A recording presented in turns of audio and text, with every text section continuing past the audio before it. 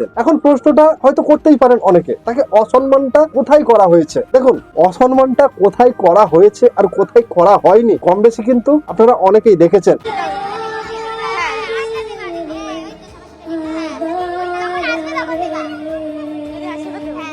আপনারা মিনি চক্রবর্তীকে দেখলেন, অবশ্যই এখন রাত্রি 12টা বেজে গেছে, এখন মিনি চক্রবর্তী প্রোগ্রাম এখানেই শেষ। ওকে,